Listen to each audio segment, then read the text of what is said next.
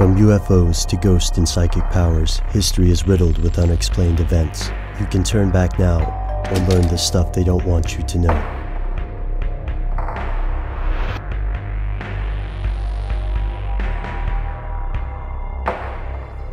Here are the facts.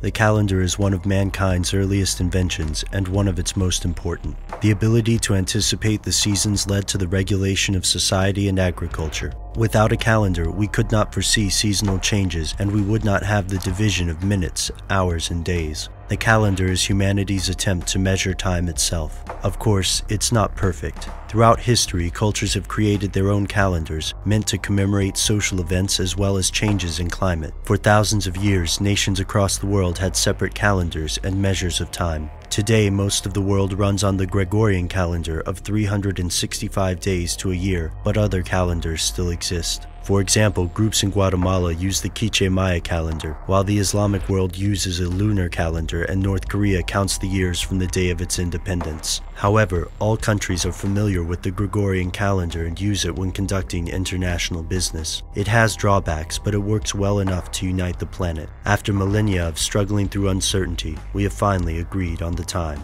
But what if we're wrong?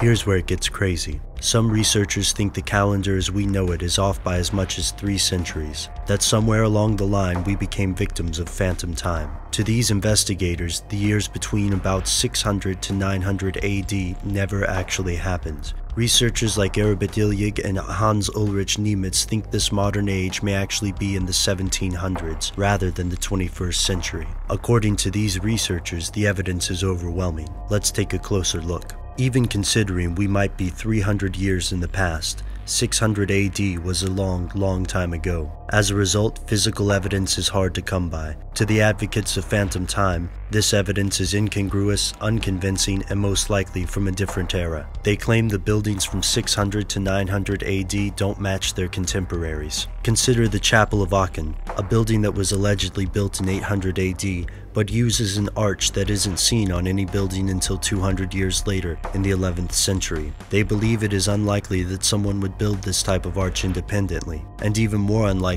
that it would not be seen and mimicked earlier.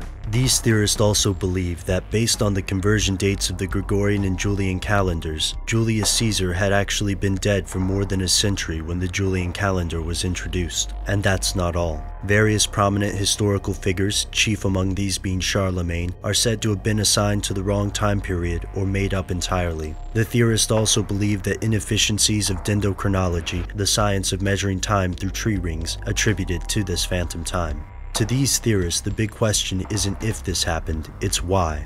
Did Otto II conspire to place his reign in the year 1000, a more auspicious time than the 700s? Is Constantine VII's brutal revision of Byzantine history to blame? Or could it all be an accident? We know the search for a reliable calendar has generated problems before. For example, when Britain adopted the Gregorian calendar in 1752, the discrepancy had grown to 11 days, and citizens across Britain rioted, believing these 11 days were stolen from their lives. But to mainstream scientists, the evidence given by these theorists is circumstantial at best. The phantom time hypothesis lingers on the fringe of accepted historical research despite the protest of its champions. Many phantom time theorists believe that the mainstream world has simply decided to ignore the issue, perhaps because of its unorthodox nature. After all, if our modern calendar is hundreds of years off, it will require a profound revision of history.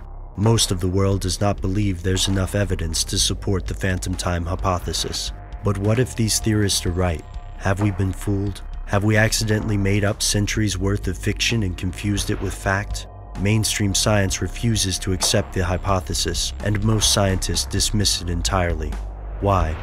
Is it a load of paranoid claptrap? Or is there something they don't want you to know?